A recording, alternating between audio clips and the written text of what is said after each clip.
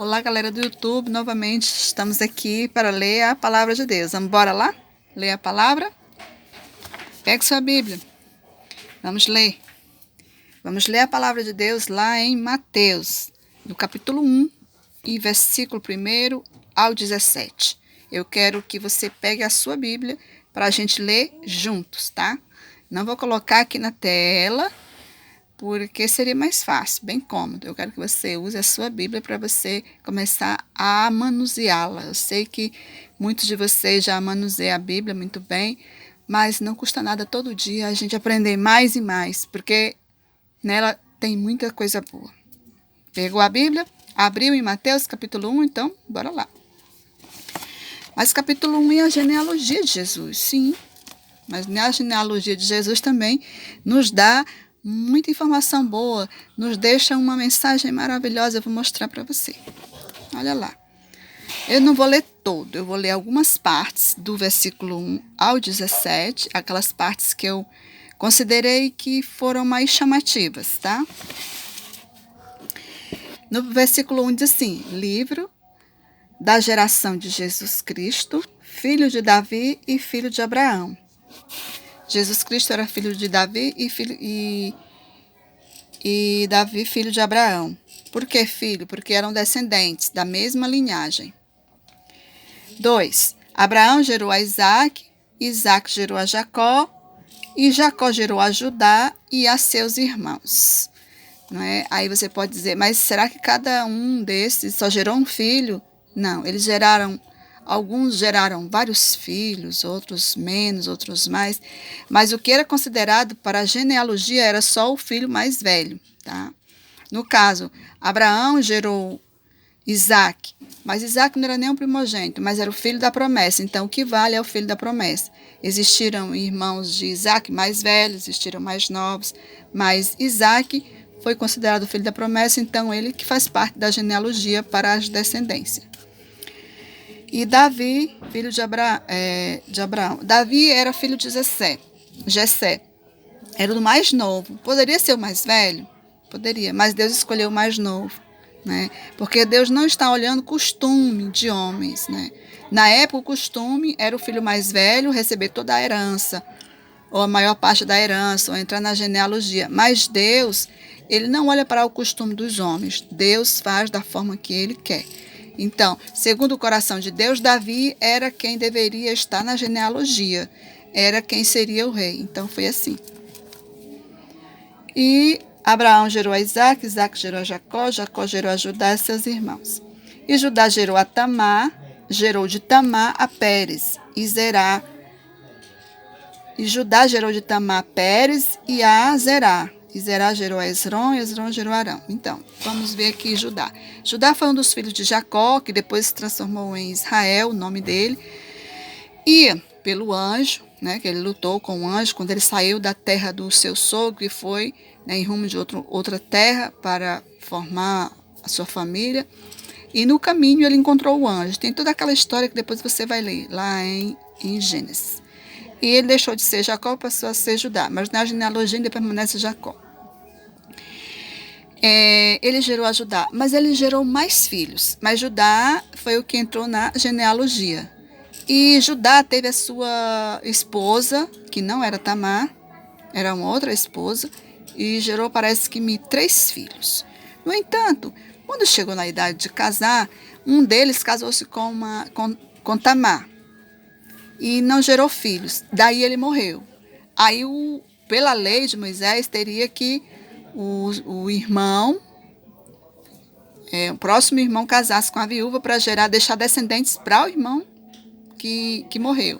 Só que esse irmão que casou com Tamar ficou revoltado porque ele queria deixar filhos descendentes dele, não para o irmão dele. Então, daí ele usou de uma estratégia, né, quando se relacionava com a Tamar, e daí também não deixou filhos, daí também ele morreu. E Judá achou que a mulher estava matando os filhos dele, né? A viúva já tinha 2 irmãos, já tinham morrido. Então ele resolveu dizer para ela que Selá, que era o seu filho mais novo, ia deixar ele crescer para depois dar para ela. Mas, tipo assim, iria enrolando ela que ele não queria mais casar. Mas Tamar queria deixar descendentes, né? da família de Tamar queria deixar descendentes da família do primeiro esposo dela, que era o filho de Judá. E teve toda aquela história que ela se passou por meretriz e se deitou-se com Judá, e depois veio o filho, etc. E esse filho dela é chamado de Pérez. E depois Judá, a esposa de Judá, a primeira esposa, já tinha realmente morrido, e ele resolveu acolher Tamar, que foi a sua nora, e com ela teve mais um outro filho chamado Zerá. E Pérez, Zerá não, gerou um outro filho, que eu não sei agora exatamente o nome, não lembro. Pois bem, e aí continua, né?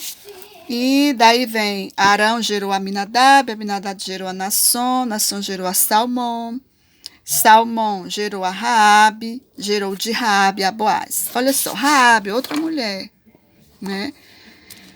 Essa Tamar, ela, não sei, na Bíblia não diz se ela era judia ou não, mas ela entrou na genealogia. E olha que a genealogia dos judeus normalmente não entra a mulher, né? Eles são bem assim, mulheres é uma coisa diminutiva, vamos dizer assim. E mais entrou outra mulher, Raabe. Raabe não era nem hebreia, ela era estrangeira, ela era cananeia, né? Ela era de Jericó, uma prostituta, mas por ela ajudar os espias de Josué, né, naquela batalha, ela foi salva, ela e a família dela. E, por conseguinte, ela casou-se com Salmão, que era um dos espias, um dos soldados. E pela sua fé, que era tão grande, né, ela casou-se com Salmão e gerou Aminadab. Aliás, gerou a Boaz, perdi aqui agora nos versículos. E gerou a Boaz, né? Então, o que chamou a atenção de Deus nessas mulheres foi a fé delas, né? Era uma fé inabalável, vamos dizer assim. Teria talvez mais fé do que os próprios judeus, os próprios hebreus, né?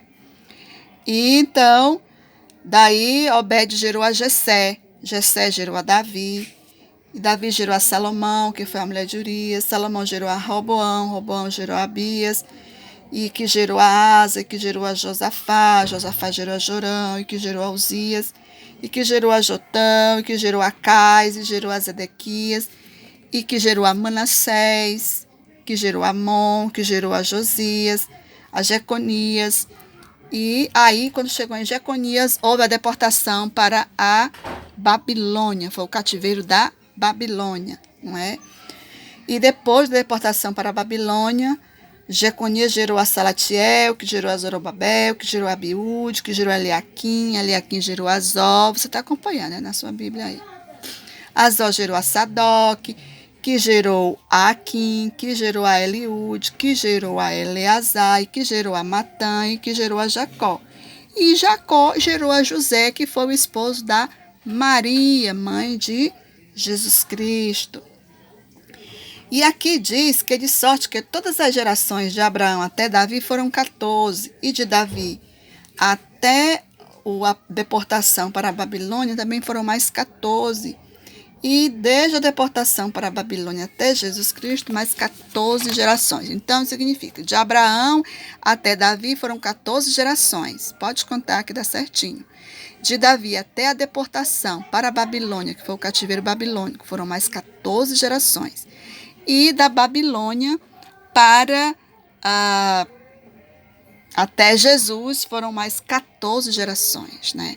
Eu acho que dá aí um total de 42 gerações, se não me engano. Depois você dá uma contadinha aí que vai dar certo. E o que chamou a atenção nesta leitura desta genealogia de Jesus Cristo foram as mulheres que entraram aí. Foram mulheres corajosas e de fé. E isso chamou a atenção de Deus para elas. Por isso que elas, né, nós vemos aí, Tamar foi corajosa porque ela não desistiu de dar um filho, de gerar um filho para a descendência de Judá. Nós vemos aí a Raabe, que era meretriz, mas que ela ajudou, ela acreditou que realmente o Deus dos hebreus era o Deus verdadeiro, ajudou eles, né? Foi contra todo o seu povo, foi de encontro todo o seu povo, toda aquela raça, aquela geração, ajudou, e pela fé que ela tinha, né? Ela casou-se com um hebreu e teve filhos que entrou na genealogia de Jesus e que Jesus veio dessa descendência, né? Mesmo ela sendo meretriz, mesmo sendo isso, sendo aquilo, sendo estrangeira, mas o que vale é a nossa fé, o nosso coração, que tem dentro de nós. E também veio Ruth, né? Ruth, que gerou a Obed. Ruth também era estrangeira, e seu esposo casou-se com um hebreu, mas ele também morreu. Então, ela acompanhou a sua sogra novamente para as terras, né, lá de Judá, e daí ela casou-se com Boaz, e que gerou a Obed, né? Tem toda essa história de Ruth, depois você lê lá no Antigo Testamento, dessas mulheres assim, corajosas, maravilhosas, cheias de fé, que chamou a atenção de Deus para elas, e daí elas estão na genealogia, e o que ela passa para nós é a fé.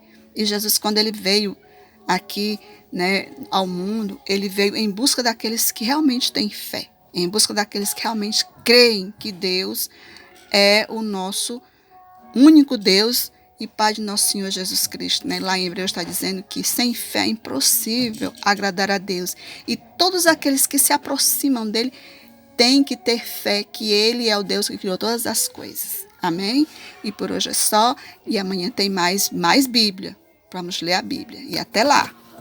E não esqueça de dar o seu like, né? Dar o seu comentário aí abaixo, compartilhar com seus amigos, seus irmãos, ou quem quer que goste de ler a Bíblia, ou um novo convertido que queira ler a Bíblia, né? Porque às vezes você lê e às vezes você não entende muito. Não sou teóloga, mas estou aqui compartilhando o pouco conhecimento que tenho.